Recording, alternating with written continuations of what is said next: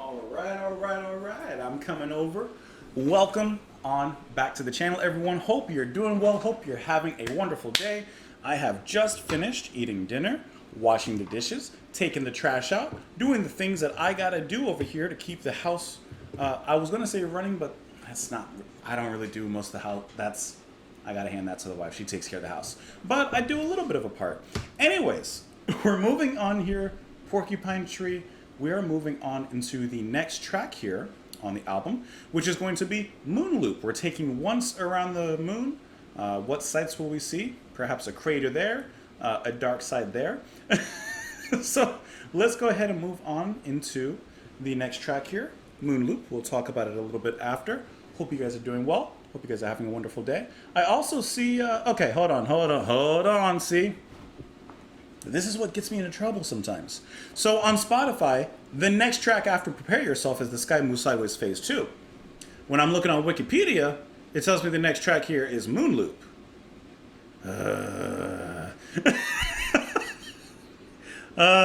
See, I'm out of order now.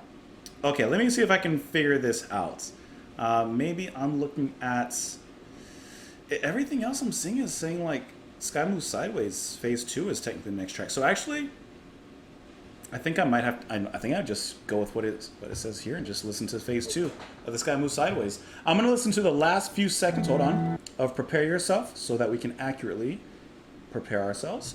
And then yeah, let's just let it play this way that Spotify has it with Phase 2 of The Sky Moves Sideways. Let's just do that. Here we go.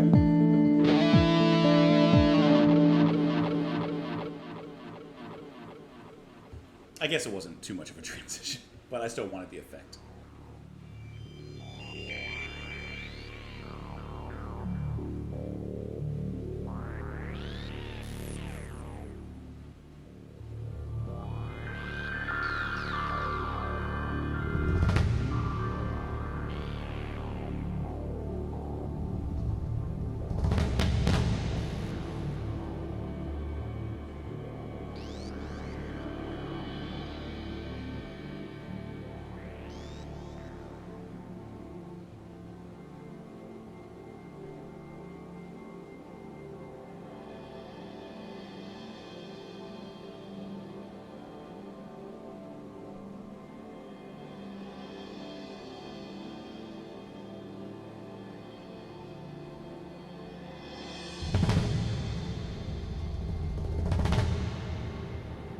I like this ambience building up, and then of course those punchy drums just coming in, just to knock you out flat on your back every once in a while.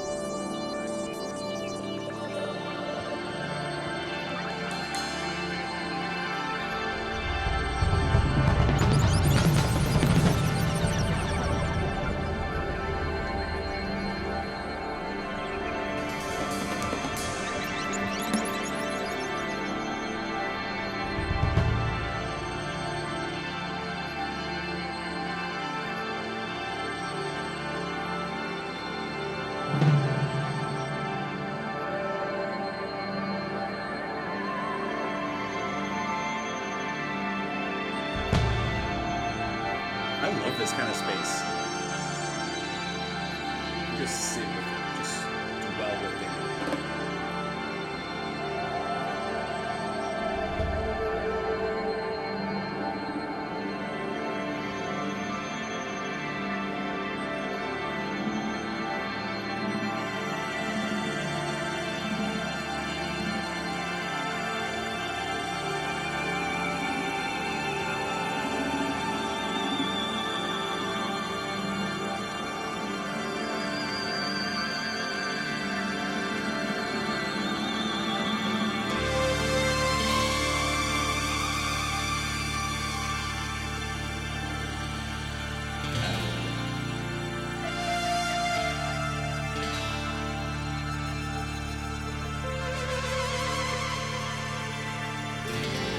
like how that synth just crept in, and then of course the little strum for the acoustic guitar as well.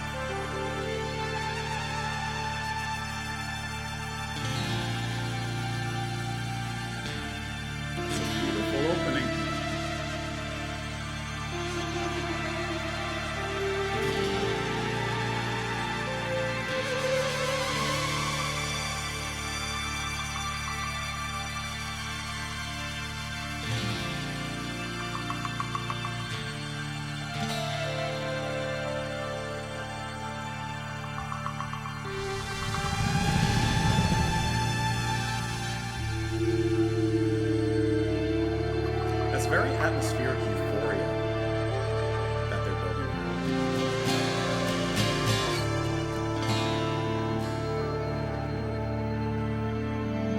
I like the development of this guitar.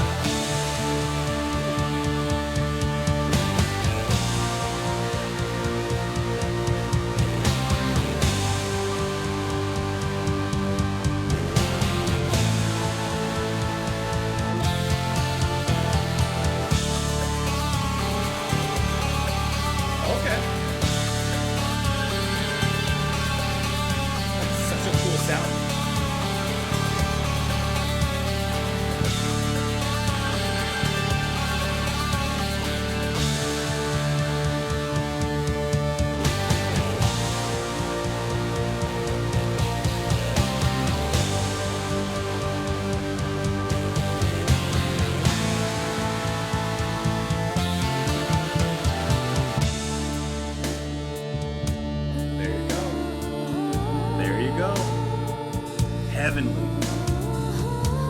bliss, sensational.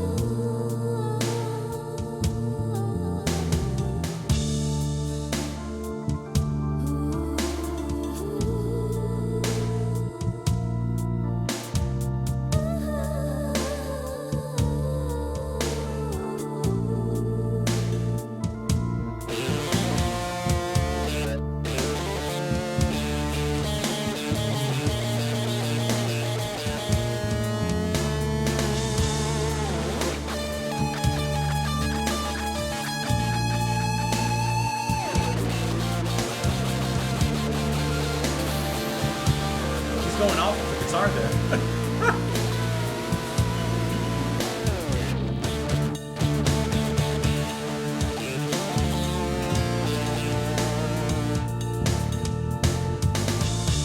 The way the bass hopped along with the drum though.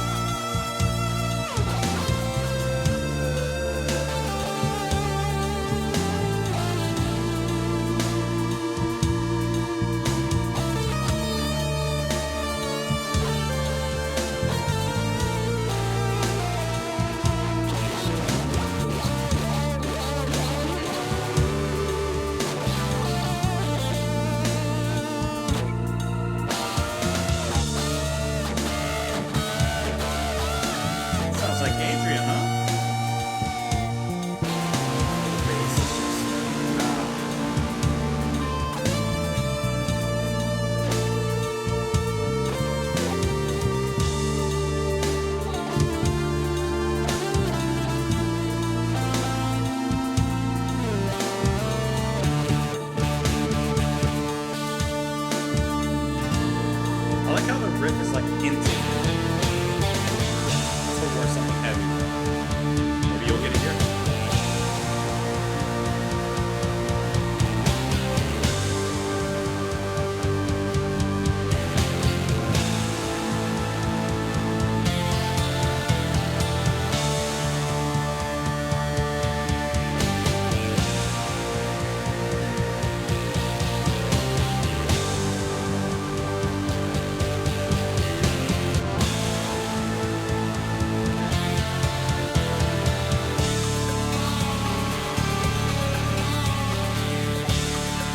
how this moment becomes like a little bit more unhinged?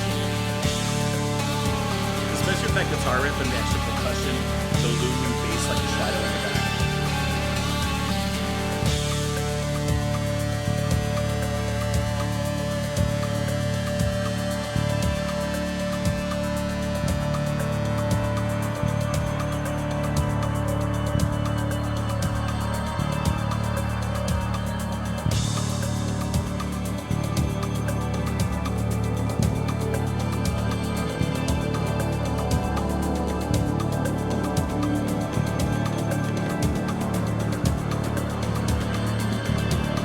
Like it's become something more.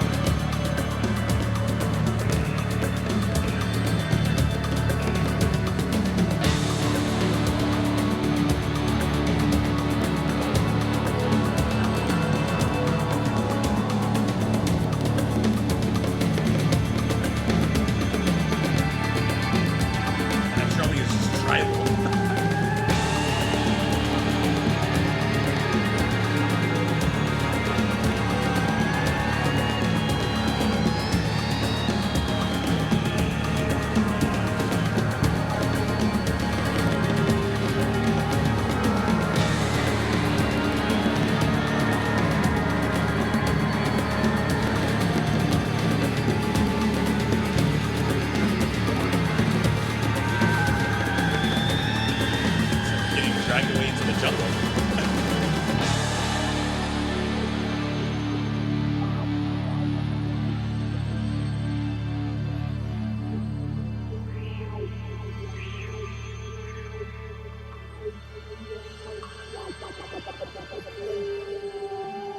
I love how much we're playing with like ambient experimentation.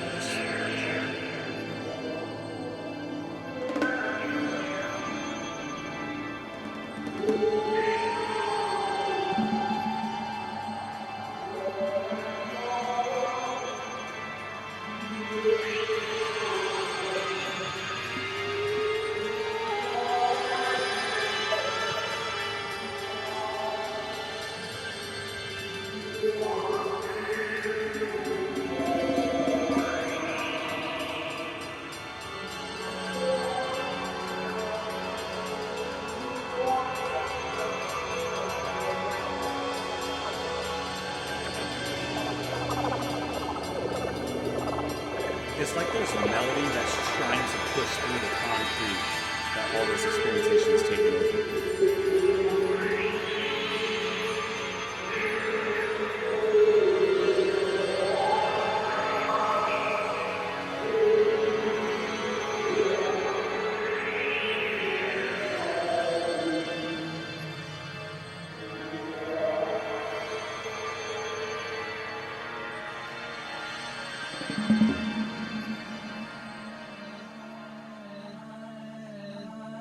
Some voices now.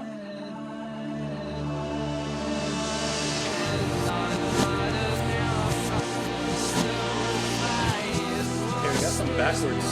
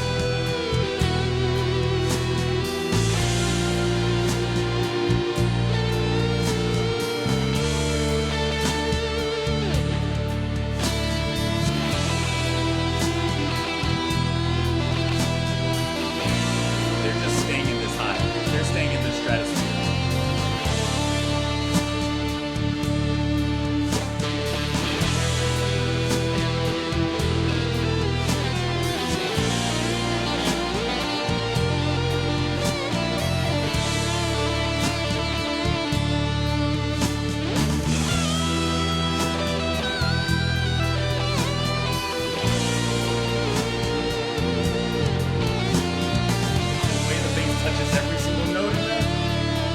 Come on.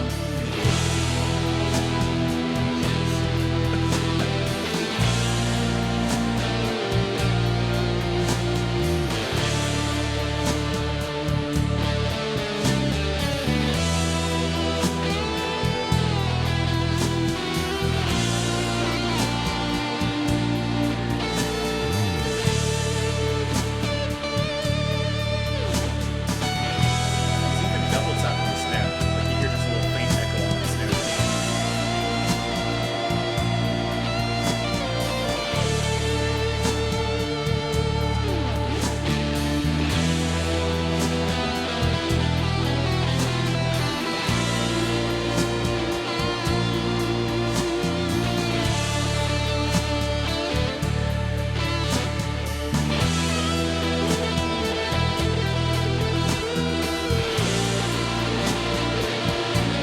You know that this moment here, these moments, is such a high for the audience and the band. It's tasty.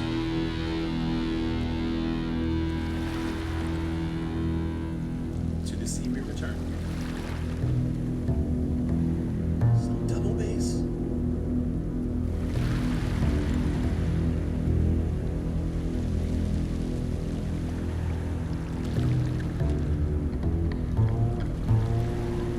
Man, I wish it wasn't for the last minute that a stand-up bass was brought in.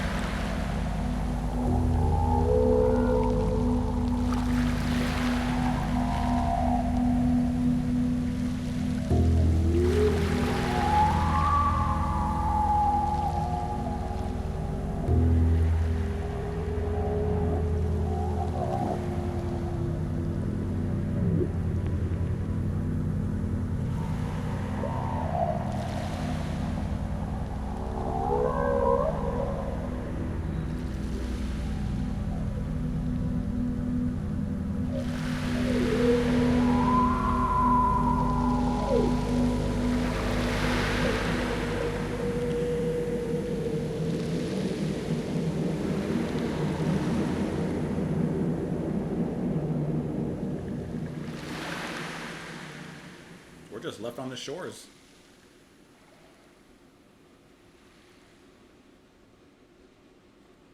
All right.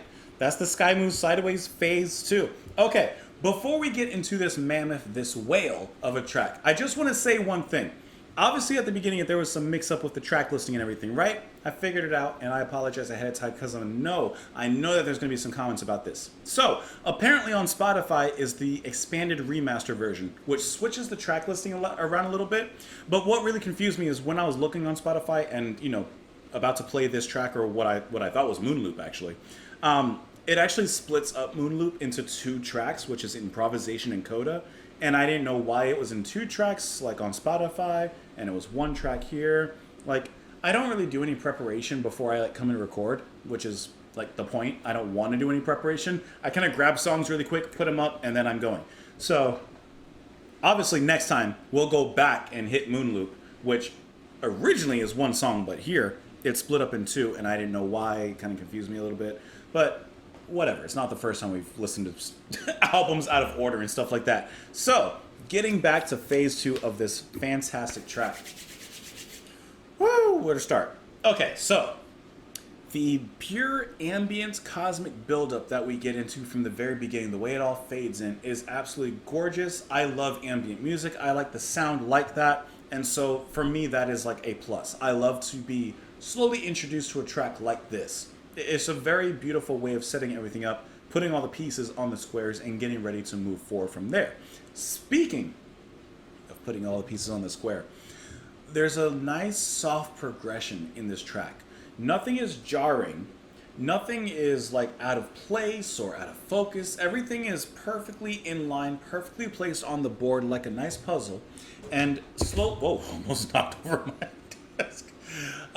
Slowly all the pieces are put on the puzzle rather, and then eventually at the end you get that whole complete picture. And I love how each member, each sound, every piece of musical direction that was brought in really contributed to the overall arc, you could say, of this particular track. For example, in the beginning, amongst the beautiful ambience that was being brought in from that soundscape, the simple yet meaningful strikes of the, or should I say strums of the acoustic guitar. Just a very nice, like, piece of, not solidarity, but it was something solid that we could focus on amidst that spacey ambience, right? Just like the beginnings of a rhythm, the beginnings of some sort of straight melody. And then from there, of course, you have the punchiness of the drums that would kind of just come in and out, almost like passing asteroids, right? And I know, like, right now in the beginning, I'm at least thinking space, but by the end of this track, we are down in the depths, left to the shores, from the way that this track has kind of gone. And then, like, all of the sounds of those synth are just mesmerizing, some more cosmic than the others, but all of them just as fun. However, it's Edwin on the bass.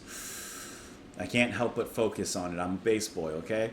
And then I don't even know why the stand-up bass was brought in at the very end of the track. Why didn't we could have used that somewhere in some other places? But nonetheless, the way that Edwin moves on the bass throughout this track is just absolutely brilliant. I love how he plays in some of those drum fills. I like how he adds a floatiness and at other times a depth and a darkness, a little bit of a shadow to the mood.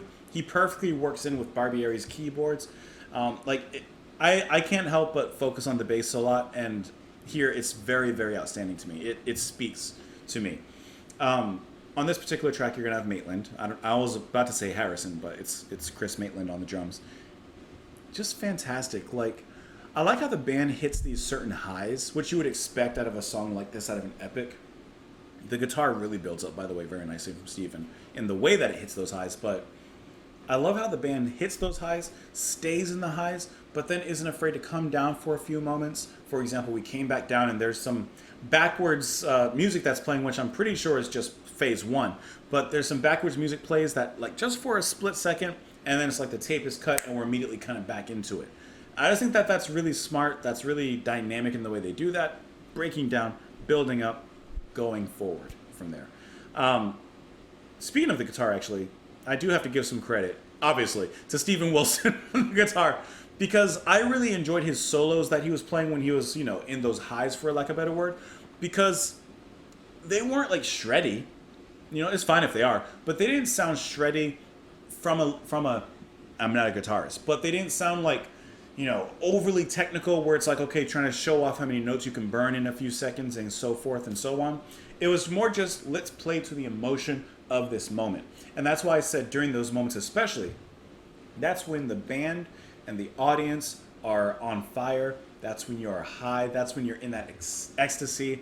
And when you've been to a live show and the band does that. They pull off that one track that you're just like, whoa, right? And they hit that moment in the track. That was this moment in the track. Phase 2 was really, really nice. And I like how at the end we kind of devolve a little bit. We return to the sea. The music comes down. And there's a little bit of an eeriness to it. There's a little bit of an isolation and loneliness to it just because of how dense and filled everything was before, even from the opening ambient sections into the emptiness of the ending of the track. But I think that was a very satisfying way to conclude the album. I know I haven't finished the album, but seeing as this is the ending of the album technically, it is very conclusive. It is very satisfying, and I don't think you can do better than that. So obviously there's no lyrics on here, but the song is apparently broken up into two sections, which is not, and then Off the Map. I have no comment on that because that's all I have, and it's an instrumental track pretty much, so I really don't have a comments on that, but just for your information, that's what those are called. So anyways, like I said, we'll go back, but technically forward, and listen to Moonloop, and I'll make sure that I have the correct version of that ready to listen. Like I said, I'm sure that there were comments before. I'm recording this, ahead of time, so I didn't see those. But I'm sure I'll see them now. But what I also hope to see is your comment down in the section below. You can leave those comments down there. You can follow me over on Twitter. You can support the channel for as little as $2 a month over on Patreon. But you don't have to. I just appreciate you being here, appreciate you stopping by, and I hope that you come on back tomorrow, guys. Thank you so much for being here. Have a great one out there. Bye.